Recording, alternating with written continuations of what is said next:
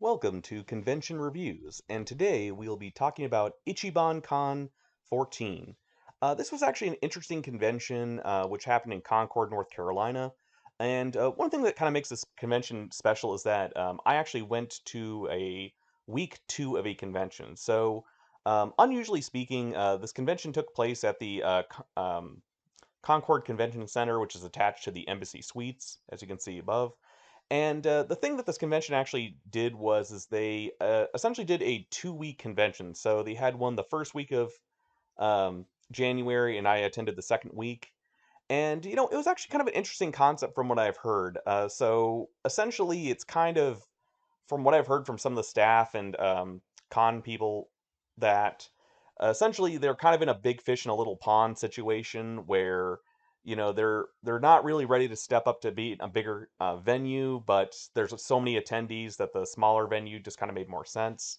But the thing is that this overall convention was pretty interesting to say the least. It was actually pretty well attended considering a lot of the colleges were back in town at this point, and really kind of you saw a lot more college kids, especially at this particular week, to say the least.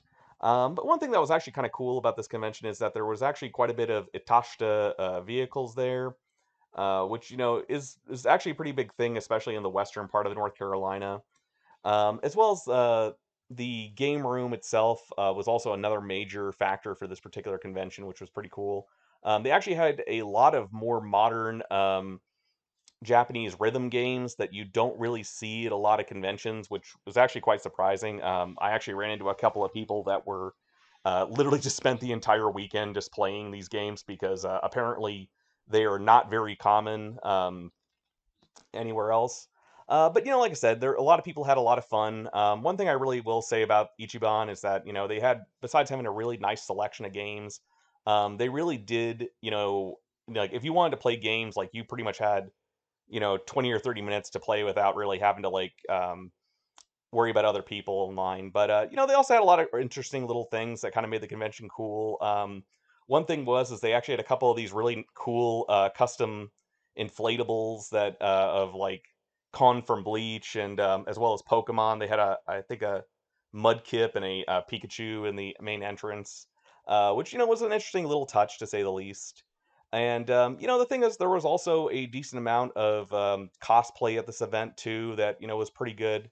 Um, which I will say that there definitely was some variation beyond just the typical flavor of the month, which I also really enjoyed. But probably one of the big things for this weekend for me that I really enjoyed was the high quality of panelists that also showed up at this convention.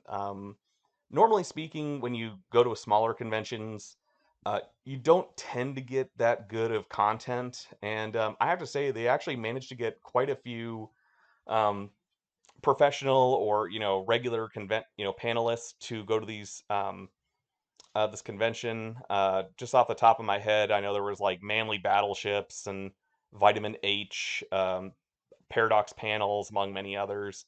And there really was, like I said, a really wide selection of really great quality panels, to say the least, which I really can't complain too much about. I will say that there there definitely were a handful of really standout panels, to say the least. Among them, one of them, which you'll see in a moment, is there was somebody that basically had stays abroad in Japan mostly, and was actually covering sort of how Girls in Panzer was sort of like the big thing for their town, and somebody actually had created this cardboard tank from the show, which is kind of cool. And the thing is that there definitely were some really interesting panels as the night went on too. Even in the after dark portion, there definitely were some really interesting stuff, to say the least. Another of the guests that actually showed up that was actually pretty interesting to me was a man that went by Samurai Dan. He does a lot of Aikido and other live performances, which is pretty cool. But he actually raises Akita as well. So one of the nice Sunday panels was he actually brought in one of his Akitas in and was kind of talking about the history of this Japanese breed of dog, which was kind of cool.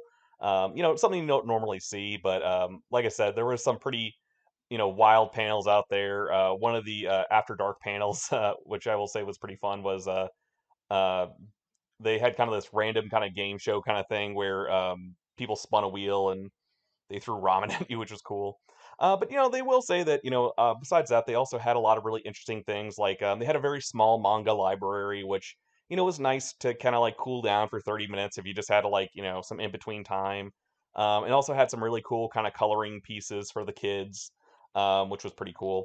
But I would probably say probably the highlight also was the dealers hall. They actually had quite a big selection of not only just regular vendors, but also Artist Alley was really cool. They also had this interesting guest that basically works in chalk art, and they actually were doing a live silent auction for this drawing of Free Rin that they were doing, which was absolutely amazing to kind of like walk through the hall and watch them slowly put this thing together over a period of a weekend, which really is something I typically don't see at these kind of conventions. It was a little bit interesting to say the least. But probably one of the cool aspects I will say about some of the guests they invited was the fact that the people that actually ran this convention actually created this really interesting ticketing system, which I really wish a lot of other conventions would do. So it very much was like a Disneyland thing where basically you got a pre-assigned time slot for your signatures or whatever, so you're not waiting in line forever, which was kind of cool. But probably one of the big highlights of the night was the live band, which actually played both Friday and Saturday night, which was pretty cool. It was pretty well attended, to say the least.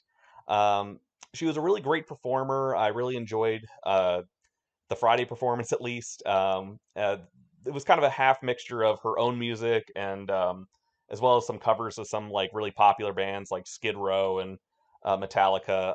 But also one of the other interesting late night viewings was also a Beyblade tournament, which was very well attended, to say the least.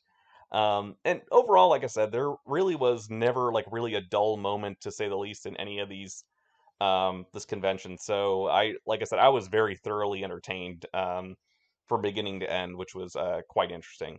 But I will say that on Sunday, they kind of wrap things up with a really nice otaku flea market. So a lot of vendors and smaller guests brought in their stuff to put up for sale. And I will say that if you're somebody that's really big into bargain hunting, or you're kind of looking for something that like, oh, you missed the boat when the series first came out, they definitely had a lot of merch for a lot of different products. But overall, like I said, I had a really great time there, and I'm excited to definitely have them on my radar for next year. So, anyways, let me know in the comments if you attended Ichiban and what you felt about this convention, if you've gone in the past as well. Anyways, this has been Ichiban 2024 signing off.